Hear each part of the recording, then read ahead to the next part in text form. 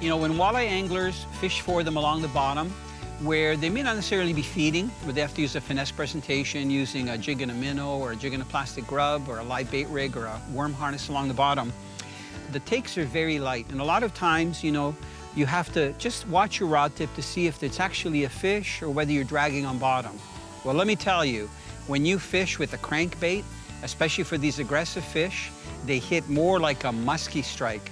They come up, and I believe that they can turn it on up to 20 miles an hour or faster. They hit the crankbait, and they normally turn to leave. So the hits are very strong, and a lot of times they will hit right when you take the lure or go to take the lure out of the water. And I think it's not that they followed the lure up. They've been suspended at that depth, maybe 2 or 3 feet below the surface over the weeds, and then they see the crankbait just before it comes to the surface, and it looks like a bait fish that's gonna come out of the water, and they grab it. I've had walleye hit the side of the boat, and also had walleye with their mouth open where I've actually pulled the crankbait right out of their mouth like a bass right beside the boat. Very aggressive strikes.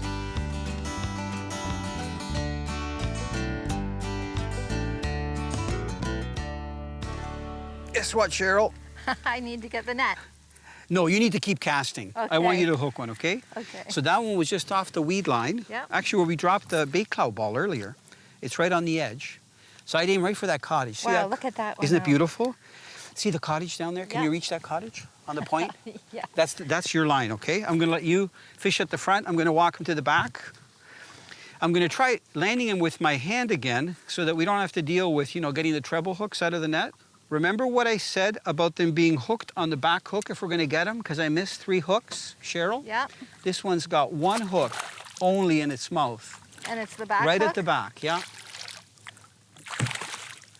He doesn't want to come in. If I try to lift him, that hook is going to pull out.